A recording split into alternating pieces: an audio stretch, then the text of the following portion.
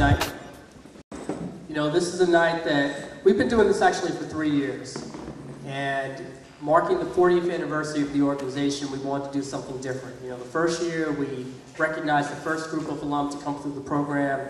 The second year we recognized the second group to come through the program. And what we wanted to do this year, marking the 40th anniversary, was to recognize really the pillar of the organization, which are the parents.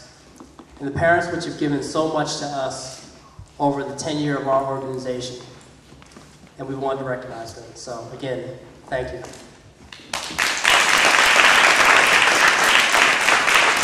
I'm curious to see if there was a statistic out there right now about where we are in terms of college enrollment rates among recent high school graduates. And of course, with the internet, it was easy to find.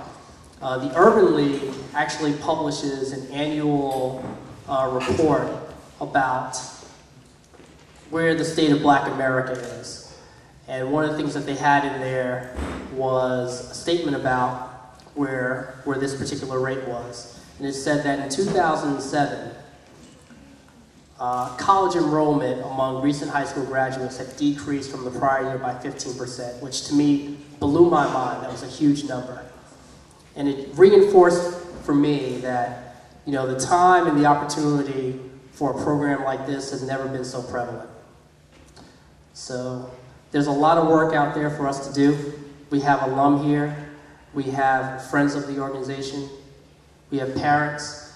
And I challenge you all to be involved not only in what our program does, but to be involved in the activities and the organizations of these young people so we can go and develop them so they can go on and do more of what this organization has done. So that's all I want to leave you guys with, something to think about. And actually one more thing. I was here probably in mid-April, myself, Charles Ray, and Charlie Davis. And at the time we were here, it was the day after a young man who was killed right in front of this building. Again, violence in the community is rampant. We hear about it all the time. A program like ours is about addressing issues like that, having young people go out there and really create social change. And I challenge you again all to be involved in the community and make a difference. Thank you. Well, I just want to say that, you know, lately, my parents know that I've been, you know, through some hardships and working on some things. And one thing that I have to say about my parents is that even when I'm faced with challenges, they're always there to support me. And through all my milestones, they've been there to support me. And particularly with ALP. All through my growing up, whenever there were opportunities presented to me, they were there to give encouragement and support me. And even when the things that I was learning in ALP were contrary to what they thought, they still supported me. And I think as ALP alumni, we all know that feeling.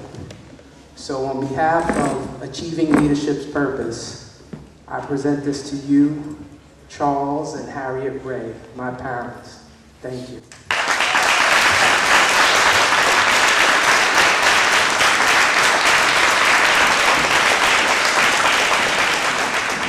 There's so many things that I have to be thankful for. We all do. One is the tirelessness. We live in Westchester, and my dad and my mom would drive us every single Sunday. We hardly missed anything. Always were there, always at a retreat, because they would be there when we're late coming back from retreats. They would be there sitting in the car waiting for us to come back. And always there whenever we needed them, without complaint. And even when we didn't want to go, they would make sure that, that we went. And also, grateful for teaching us the value of being our own people, our own persons, and not to worry what other people have to say, but do what we have to achieve our dreams. We have to do to achieve our dreams. And showing yourself and supporting what that feels like and what it means. knowing that we have it, we don't have to look for it outside. And I want to thank you.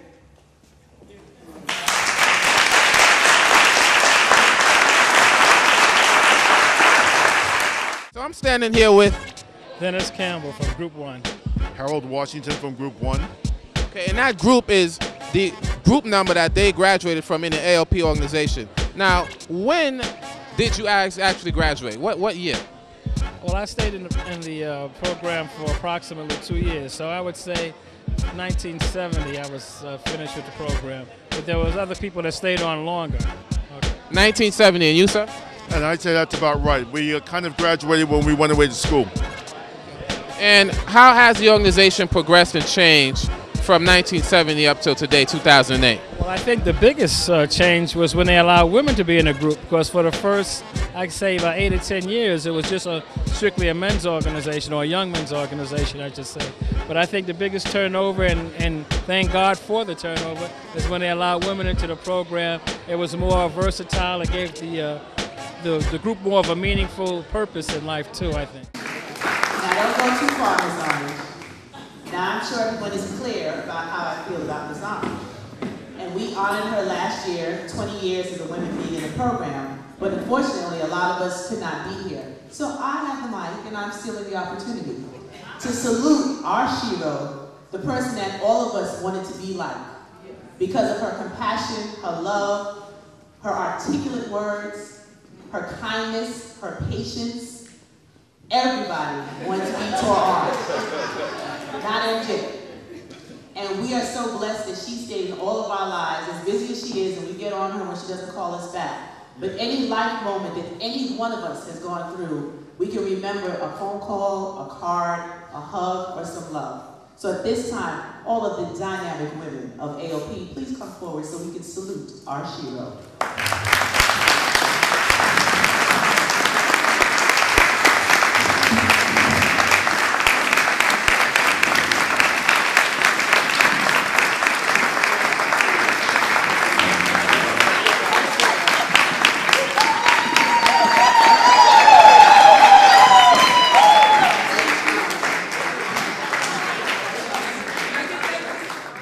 Markel Lambright back again with Nvidius and MBTV. I'm here with yet another member of ALP.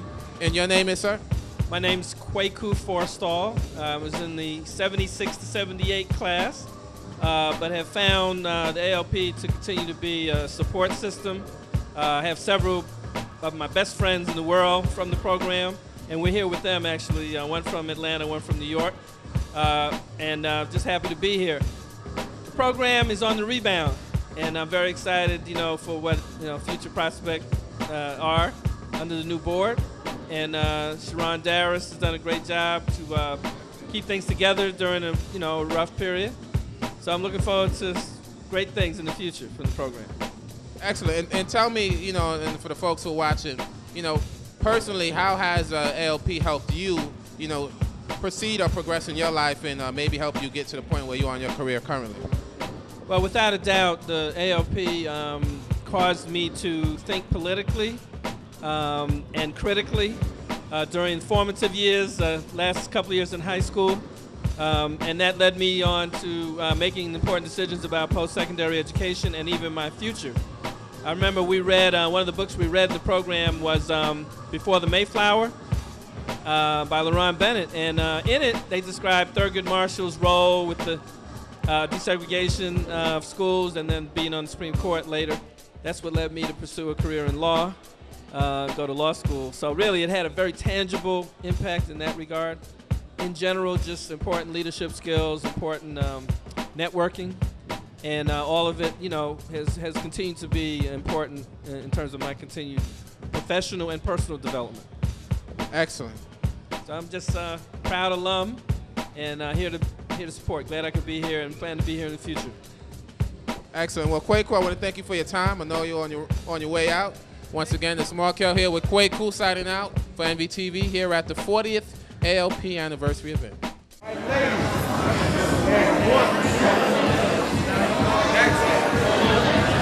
here with Charlie Davis. Charlie, tell us what class you're from.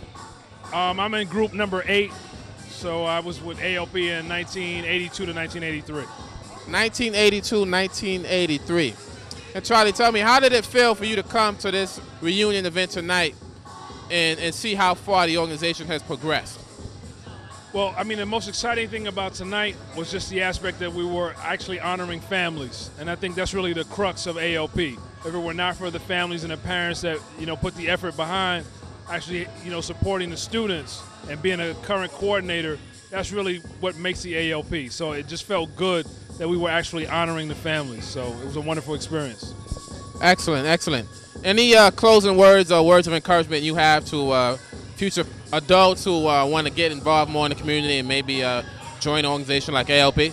Well, actually, my thoughts are that, we definitely need to make sure that we reach out and help one another. But more importantly, I think my message is to a lot of the alum.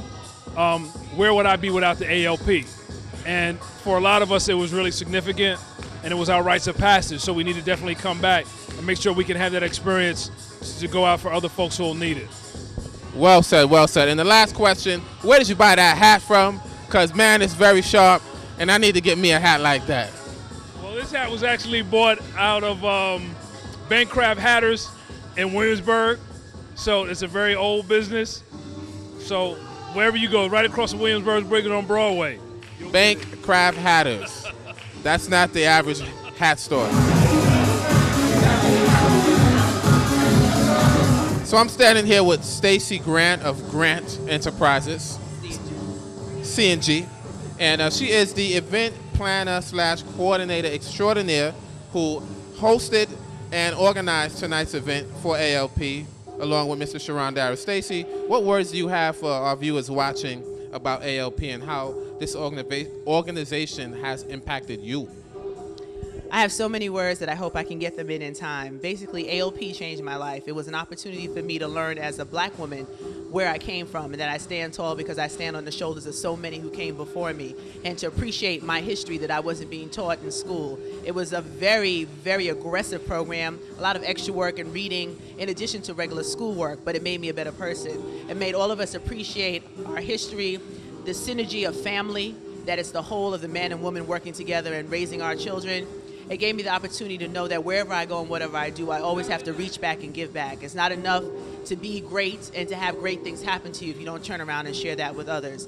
To much is given, much is expected. And one of our ALP mottos is, if not you, who? And if not now, when? And that's why I do all I can each day to exemplify what I learned in this program. Thank you. Ladies and gentlemen, there's nothing else left to be said. This is Markel with Stacy Grant signing off.